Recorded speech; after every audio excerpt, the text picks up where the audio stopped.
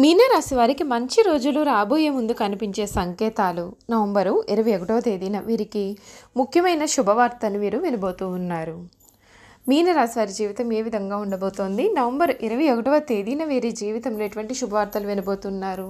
వీరికి మంచి రోజులు రాబోయే ముందుగా వచ్చే సంకేతాలు ఏమిటి? అన్ని విషయాల గురించి మనమైతే ఇప్పుడు క్లియర్గా ఈ వీడియో ద్వారా తెలుసుకుందామండి.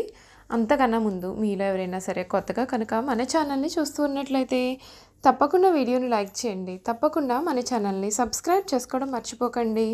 సబ్స్క్రైబ్ చేసుకోవడంతో పాటుగా పక్కనే ఉన్న బెల్ ఐకాన్లో ఆల్ని ట్యాప్ చేయండి.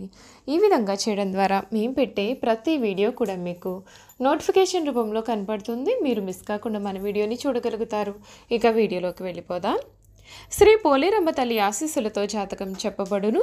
గురూజీ శివరామరాజు గారు. ప్రేమ, పెళ్లి, సంతానం, చదువు, ఉద్యోగం, ధనం, వ్యాపారం, కుటుంబ సమస్యలు, భార్యాభర్తల గొడవలు, ధనం నిలకడ లేకపోవడం, ఆస్తి తగాదాలు, అప్పుల బాధలు, స్త్రీ పురుష వశీకరణం కూడా చేయబడును. గృహం, స్థలం, వాస్తు చెప్పబడును. స్త్రీ పురుషులకు ఎటువంటి సమస్యలున్నా నమ్మకంతో గురువుగారికి కాల్ చేయండి. వీరి ఫోన్ నెంబర్ 9515688315. మీకు ఎటువంటి సమస్యలున్నా మీ సమస్యలు, జాతకపరంగా పూర్తి వివరాలు అన్నీ కూడా గురువుగారికి మీరు ఫోన్ ద్వారా తెలియపరిచినట్లయితే ఫోన్ ద్వారానే మీ సమస్యలకి కూడా చక్కటి పరిష్కారం కూడా లభిస్తుంది.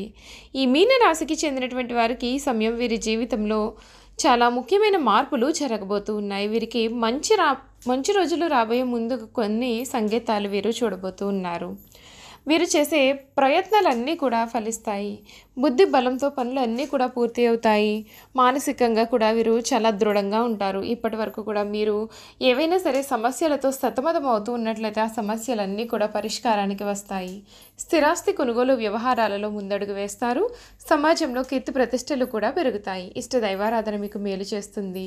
గ్రహబలం తక్కువగా ఉంది. ప్రారంభించిన పనిలో మనోబలం తగ్గకుండా చూసుకోవాలి. తొందరపాటు నిర్ణయాలు తీసుకోరాదండి. మనస్తాపానికి గురిచేసే అంశాలను అసలు దరిచేరనియ్యకండి. ఆరోగ్యాన్ని నిర్లక్ష్యం చేయవద్దు. ఆత్మీయుల సహాయ సహకారాలు అనేవి మీకు చాలా అవసరం అవుతాయి. మొహమాటం కారణంగా ఇబ్బందులు ఏర్పడే అవకాశాలు ఉన్నాయి. ఇబ్బందులు పెట్టేవారి నుండి దూరంగా ఉండాలి.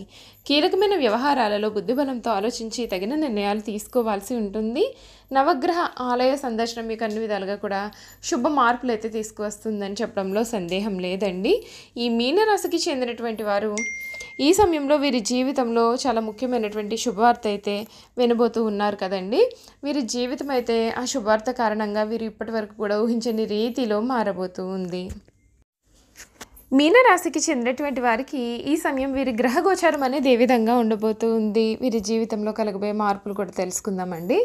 జన్మరాశి యందు రాహు కళత్ర స్థానమునందు కేతువు సంచరించడం చేత శ్రీ క్రోధినామ సంవత్సరం ఏలినాటి శని ప్రభావం చేత తృతీయ స్థానమందు బృహస్పతి ప్రభావం చేత అంతగా అనుకూలంగా లేనప్పటికీ కూడా ఈ రాశి వారికి ఈ సంవత్సరం చెడు ఫలితాల కన్నా శుభ ఫలితాలు అధికంగా కనిపిస్తున్నాయి.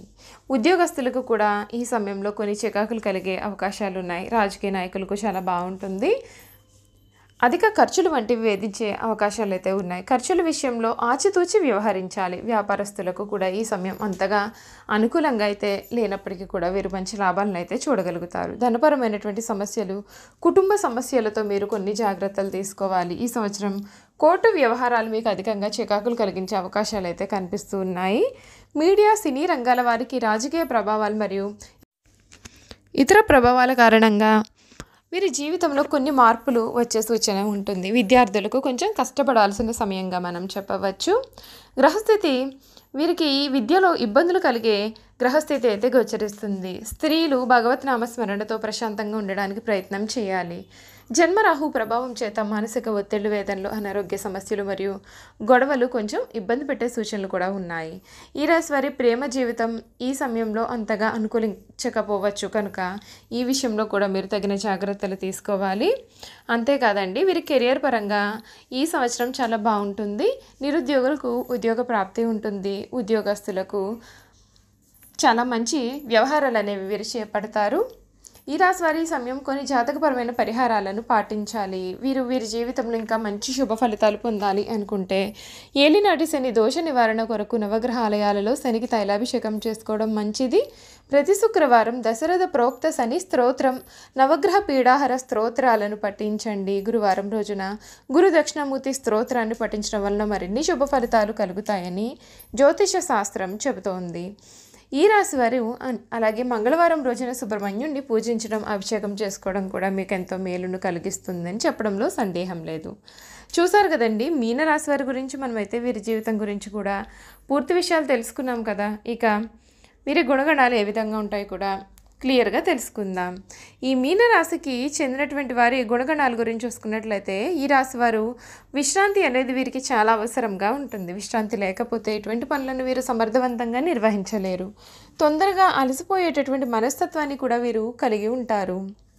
ఈ రాశి వారిపైన స్త్రీల ప్రభావం అధికంగా ఉంటుంది. వీరి జీవితంలో ప్రవేశించే స్త్రీ ఉత్తమరాలు అయితే వీరి జీవితం చాలా ఆనందకరంగా ఉంటుంది. సంసార జీవితం ఈ రాశి వారికి చాలా ఆనందాన్ని కూడా కలిగిస్తుంది. వీరు వారి కుటుంబ సభ్యులకు అన్ని రకాలుగా అయినటువంటి ఆనందాన్ని ఇవ్వగలరు. మీనరాశి వారి జీవితంలో వివాహం అనేది వారి జీవితాన్ని సమూలంగా మారుస్తుంది. అంతేకాదు సమూల మార్పుని తీసుకువస్తుంది. వీరు తమ భార్య పిల్లలు అంటే చాలా వాత్సల్యాన్ని, అభిమానాన్ని చూపిస్తారు. ఈ రాశి వారికి శారీరక అనారోగ్యం కన్నా మానసిక అనారోగ్యం అధికంగా ఉంటుంది. అనేక విషయాల్లో మానసికంగా ఆందోళన చెందుతూ ఉంటారు. శారీరకంగా చాలా దృఢంగా ఉన్నప్పటికీ పనులు చేయడంలో వీరు కంగారు పడుతూ ఉంటారు. పనులను ఎక్కువగా వేగంగా చేయడం వలన వీరు తొందరగా అలసిపోతూ ఉంటారు. సాధారణంగా మీనరాశి వారి కళా సాహిత్య రంగాల్లో మంచి ఆసక్తి, నిపుణత ఉంటాయి. వంశపారంపర్యముగా లభించిన ఆస్తులను వృద్ధి చేస్తారు. ఇతరుల మాయమాటల ప్రభావం ఈ రాశి వారి మీద చాలా కాలం చూపిస్తుంది. నిదానం అవసరమని నిదానంగా వీరు గ్రహించే అవకాశాలు కూడా ఉన్నాయి. ఈ మీనరాశి వారు సామర్థ్యం లేని మనుషులను ప్రోత్సహించడం వల్ల వీరి యొక్క సమయాన్ని వృధా చేసుకుంటారు.